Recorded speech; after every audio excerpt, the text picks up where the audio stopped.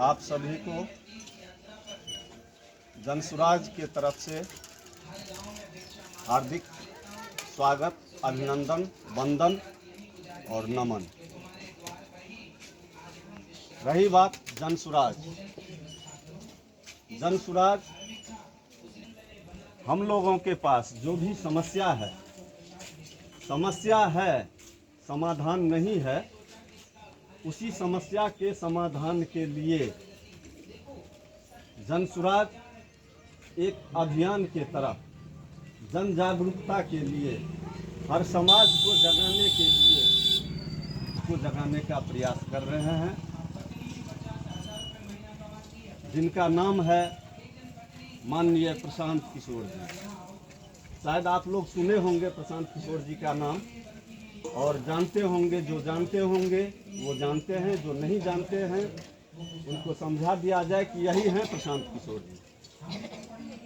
किशोर जी इस पेपर में जो नीचे हैं वही हैं प्रशांत किशोर जी, जिन्होंने आज तक प्रधानमंत्री से लेके कई राज्यों की मुख्यमंत्री को पब्लिक के हितैषी कार्य के लिए सलाह दिए और उस पर वो लोग चुनाव जीते, लेकिन उस कार्य को पूरा नहीं किए। इसी कारणवश 2 अक्टूबर 2022 पश्चिमी चंपारण भितिहरवा से गांधी 28 ये 24 चल रहा है और अभी भी वो पदयात्रा में ही हैं। पदयात्रा का मुख्य कारण है, जनसुराज का मुख्य उद्देश्य है जन यानी जनता, हम और आप सब हुए जनता, और सुराज का मतलब हुआ कि उनको सुंदर राज स्थापित हो। तो सुंदर राज कैसे स्थापित होगा, इसके लिए वो प्रयासरत है और उस प्रयासरत में अकेले कोई भी कुछ नहीं कर सकता है, साथ हम लोगों को देना है। इनका मुख्य उद्देश्य है पढ़ने वाले बच्चों के लिए पढ़ाई की ऐसी समुचित व्यवस्था हो जिसमें पढ़ाई के लिए आप लोगों को कहीं भटकना ना पड़े, हम लोगों को कहीं बच्चों के लिए भटकना ना पड़े। जो पढ़ाई नहीं करते हैं उनके लिए रोजगार की व्यवस्था हो। रोजगार कहिएगा कहाँ होगा, तो हमारे बिहार सरकार के कई ऐसे जमीन हैं जो वैसे पड़े हुए हैं, इनमें इंडस्ट्रीज लगवाना जिसमें बेरोजगारों को रोजगार मिल सके। उससे ऊपर जो वृद्ध हैं, किसान हैं, किसानों को खेती की समस्या को दूर करना। हम लोगों का खेती क्यों नहीं हो रहा है, उस समस्या को किसान से सलाह लेके इसका रोड मैप भी तैयार हो रहा है और स्थानीय स्तर पर किसान से सलाह लेने के बाद उनकी समस्या को दूर करना। वृद्ध जन को कितना पेंशन मिल रहा है आप लोगों को? 400।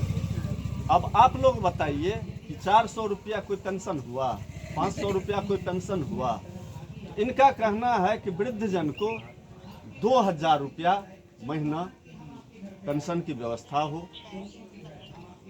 तो तीनों चारों कैटेगरी आपके सामने आ गया। बच्चों की पढ़ाई की समुचित व्यवस्था, उसके लिए खेती की जो समस्या है उसका समाधान, वृद्ध जन को 2000 रुपया मासिक वृद्धा पेंशन का व्यवस्था।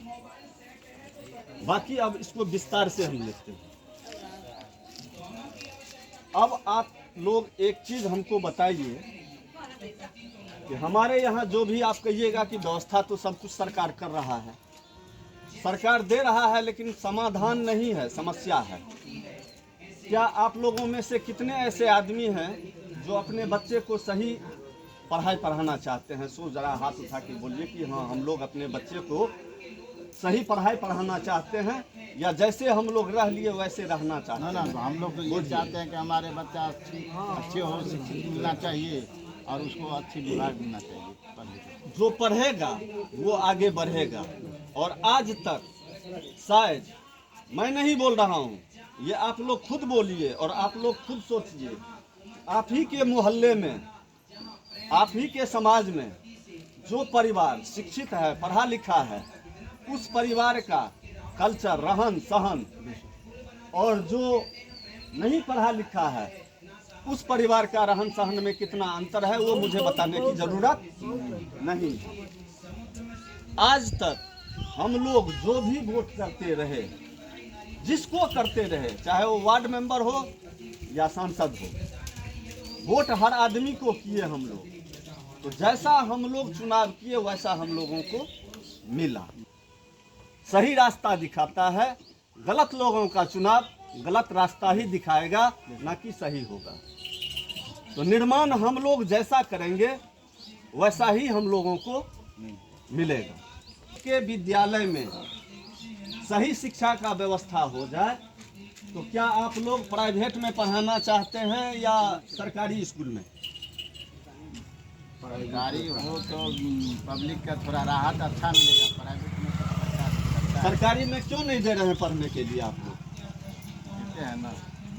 क्यों नहीं दे रहे हैं, और देते हैं तो किस लिए देते हैं? क्या सरकारी स्कूल में आपको पढ़ाई सही मिल रहा है? सही तो नहीं मिल रहा है, इसलिए लोग पब्लिक नहीं देते हैं वहाँ पढ़ने के लिए। जिनके पास पैसा है वो तो प्राइवेट में पढ़ा लीजिएगा, जिनका नहीं है वो जिनके पास नहीं है वो बच्चों को किसी भी तरह के से चलिए आप सर्टिफिकेट ले लीजिएगा। हमारे स्कूल में जो डिग्रियां बिकती है, सर्टिफिकेटें बिकते हैं, पढ़ाई नहीं है।